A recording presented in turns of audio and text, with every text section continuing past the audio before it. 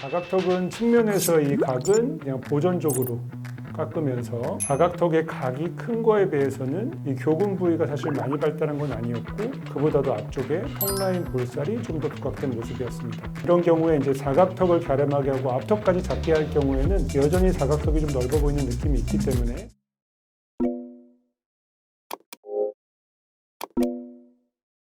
네, 안녕하세요. 리엔장 성형외과의 최상록 원장입니다. 오늘도 윤곽수술에 대한 수술 노트 시간이 됐습니다. 오늘도 여러 케이스들을 통해서 수술을 어떻게 계획하고 또 시행이 되었는지 알아보는 시간을 갖도록 하겠습니다. 네, 첫 번째 환자를 보시겠는데요. 이 환자분은 외관상 광대와 사각턱이 돌출돼 있었고 상대적으로 앞턱은 좀 갸름해 보이는 편이었습니다. 뼈 모습상 광대뼈 굴곡은 45도보다는 약간 뒤쪽으로 역광대 위주로 좀 발달한 편이었고요. 45도 광대는 굴곡상으로는 발달한 건 아니었지만 정면에서 보시면 약간 아래쪽으로 좀 길게 내려와 있으면서 45도 광대 하방 쪽이 좀 발달한 모습으로서 광대가 조금 이렇게 다운되어 있는 느낌이 있었습니다. 턱뼈는 측면에서 각이 큰 거는 아니었지만 정면에서 바깥 피질 위주로 특히나 이 턱라인 볼살 위주로 좀 볼록한 편이었고요.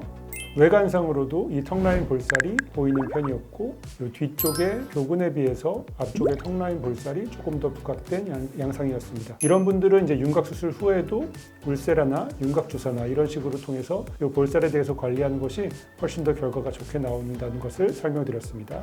광대 축소는 일단 이 옆광대 위주로 최대한 축소하였고 45도 부위는 이 상방 부위의 뼈 디자인을 하자면 뼈를 이 위쪽 방향의 뼈를 절제해내면서 광대 부분이 전체적으로 상방으로 올라갈 수 있도록 약간 리프트되는 방향으로 광대를 이동하였습니다.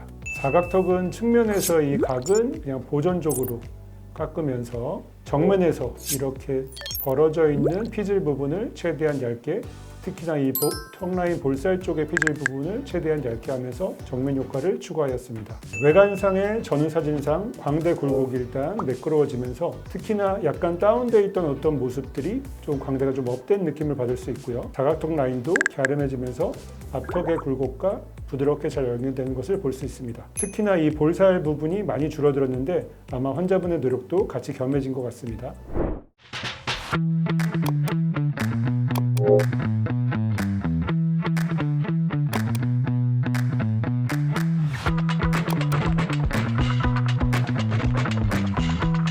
두 번째 환자 보시겠습니다. 환자분은 정면상 광대가 좀 많이 돌출된 모습이 보였고요.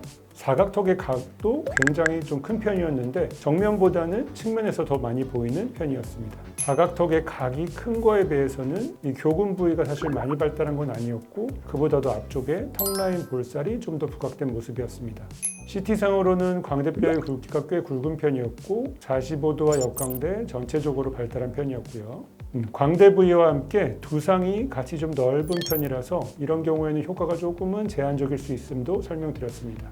사각턱은 CT상 모습으로는 정면과 측면 모두에서 많이 발달한 모습을 보였고요. 정면에서도 각이 좀 이렇게 많이 보였고 측면에서 특히나 더 큰 각을 볼 수 있었습니다.